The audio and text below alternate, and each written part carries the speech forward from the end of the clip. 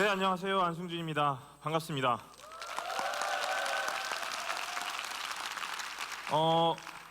보통 강연장에 오시면 초롱초롱한 눈망울로 강연자를 바라봐 주십시오 얘기 많이 하는데요. 저에겐 사실 별 필요가 없고요. 그냥 크게 함성 질러주시면 그걸로 족하겠습니다.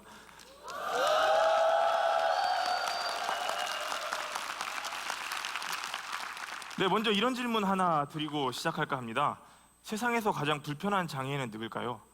외소증 장애인, 다리가 불편한 지체장애인, 전동 휠체어를 타는 뇌병변 장애인, 귀가 안 들리는 청각장애인, 아니면 저 같은 시각장애인? 당황하셨죠? 매우 어려운 질문입니다. 그럼 이렇게 한번 여쭤볼까요? 남자가 더 행복할까요? 여자가 더 행복할까요? 아니면 노인이 더 행복할까요? 청년이 더 행복할까요? 이 질문의 답변은 잠시 후에 드리도록 하겠습니다. 제가 지팡이를 짚고 길을 다니다 보면요, 도와주시려는 분들이 정말 많습니다. 우리나라 좋은 나라 대한민국 만세 오필승 코리아입니다. 그런데 가끔은 당황스러울 때도 있는데요, 제 어머니 뻘 되시는 아주머니들께서는 백주 대낮에 남들 눈 시퍼렇게 뜨고 있는데 제 몸을 앞으로 뒤로 포옹에 백허그를 하십니다. 정말 민망합니다. 그리고 어느 낯선 아가씨는요, 여인의 향기를 물씬 풍기면서 제 팔짱을 깊숙이도 껴옵니다. 며칠 전에 어느 할머니께서는요, 제 손을 부여잡으시고는 눈물을 흘리면서 제가 움쭉달짝 못사게 10분 동안 미니 강연회를 개최하시기도 하셨고요. 어느 할아버지께서는 세상 포기하지 말고 용기 내서 살라면서 제 손에 1,000원짜리 지폐 하나를 쥐어주고는 도망가셨습니다. 물론 저도 신체 건강한 남성인지라 낯선 여인의 향기, 팔짱 좋지요. 그런데 그러려면 반대쪽에 있는 남자친구는 버리고 왔어야지요. 그놈인지 저인지 한 놈만 택해야 되는 거 아닙니까? 그리고 어르신, 이 험한 세상에 1,000원짜리 한 장으로는 사탕 한 봉지 사 먹기도 너무 힘듭니다. 세종대왕도 있고 신사임당도 있는데 잘 모르시는가 봅니다. 그죠? 사실 그분들 도움 주실 때는 정말 세상 따뜻한 느낌도 들기도 하고 감사한 느낌도 듭니다. 그런데 그분들은 사실 저희 부족한 부분, 저희 보이지 않는 눈에는 집중하셨지만 제가 어디로 가야 하는지, 저의 남은 가능성에는 생각이 미치지 못하셨나 봅니다. 그럼 제 학교 다닐 때 얘기를 잠깐 해보려고 합니다. 얼마 전에 장애인 아시안게임을 보신 분들이면 다들 아시겠지만 시각장애인들도 작은 전용 구장에서 소리나는 축구공만 있으면 메시나 호날두 부럽지 않게 국가대표 경기를 하기도 합니다.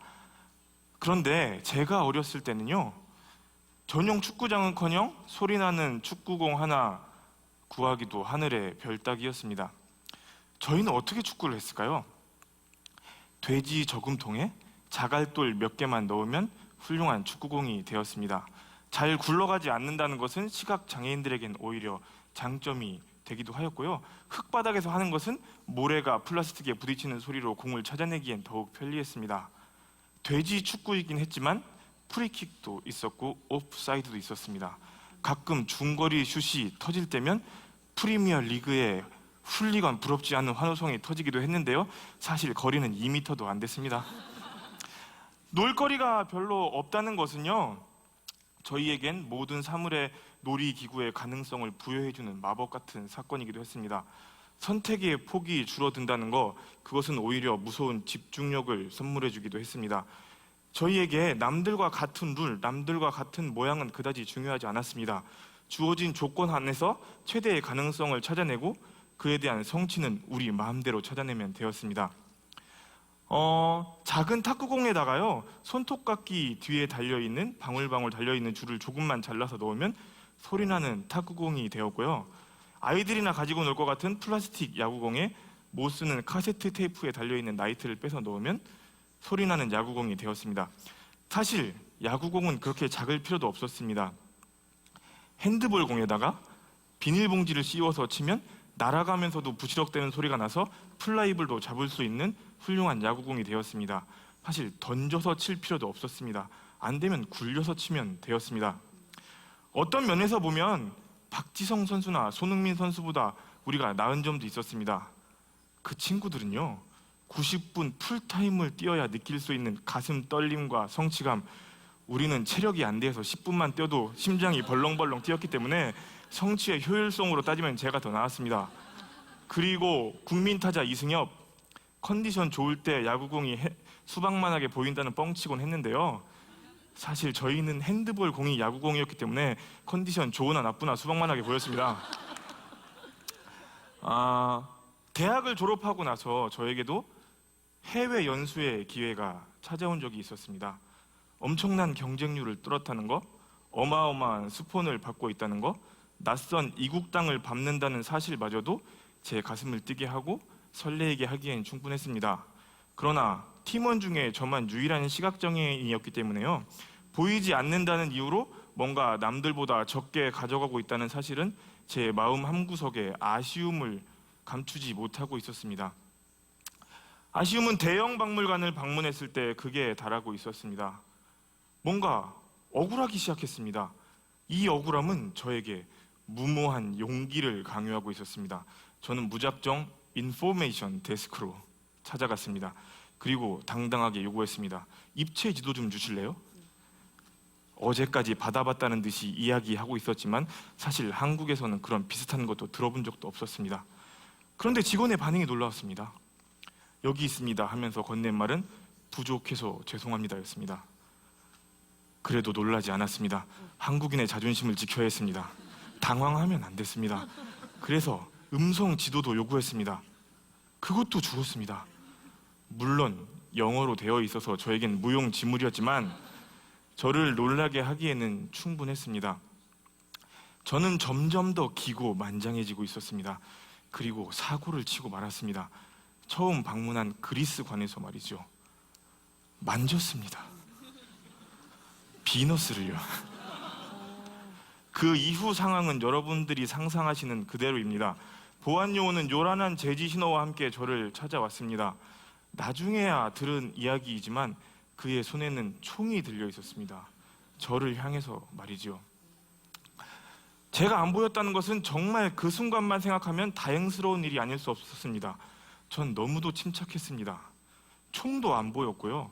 제 주변의 동료들이 모두 도망친 것도 몰랐으니까요. 거기다 대고 제가 한 말은 더 가관이었습니다.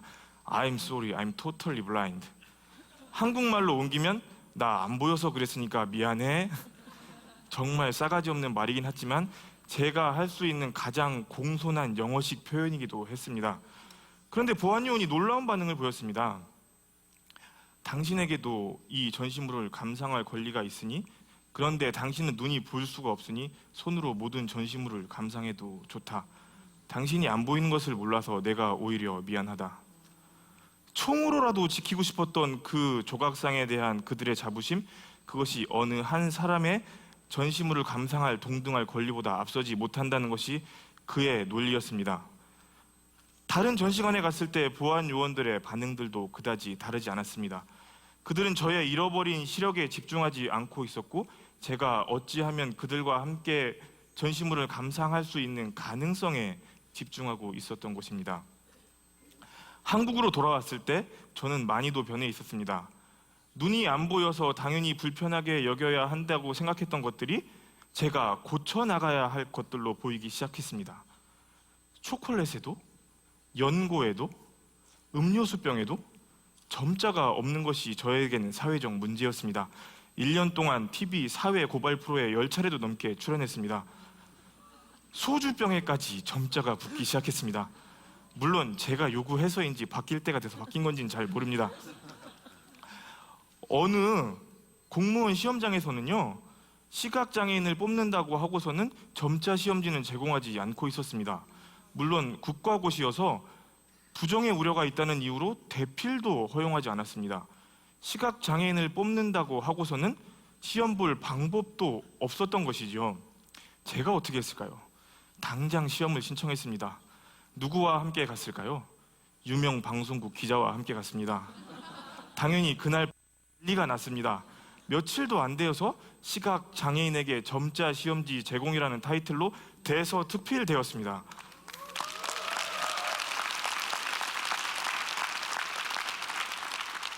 제가 그때서 느낀 건데요. 세상은 나쁜 놈들 때문에 바뀌지 않고 있었던 게 아니라 잘 모르는 애들 때문에 안 바뀌고 있었던 것입니다. 마치 백주대낮에 저를 끌어안으시던 아주머니들처럼 말이죠. 그리고 또 하나, 바꾸자고 당당히 요구해야 할 제가 너무도 소극적이었던 것입니다. 제가 10년 동안 정말 많이도 요구하고 많이도 바뀌었는데요. 아직 제가 해내지 못한 일이 하나 있습니다. 우리나라에서 제일 잘 나간다는 회사에서 유명하는 제일 큰 놀이동산, 이름은 말하지 않겠습니다. 그런데 21세기 이 시점에도 아직 시각장애를 이유로 놀이기구의 탑승을 제한하고 있습니다. 한번 이런 질문 드려보시죠. 무서운 놀이기구 타실 때 여러분 두 눈 부릅뜨고 타십니까? 그럼 여러분이나 저나 다를 게 뭐가 있죠?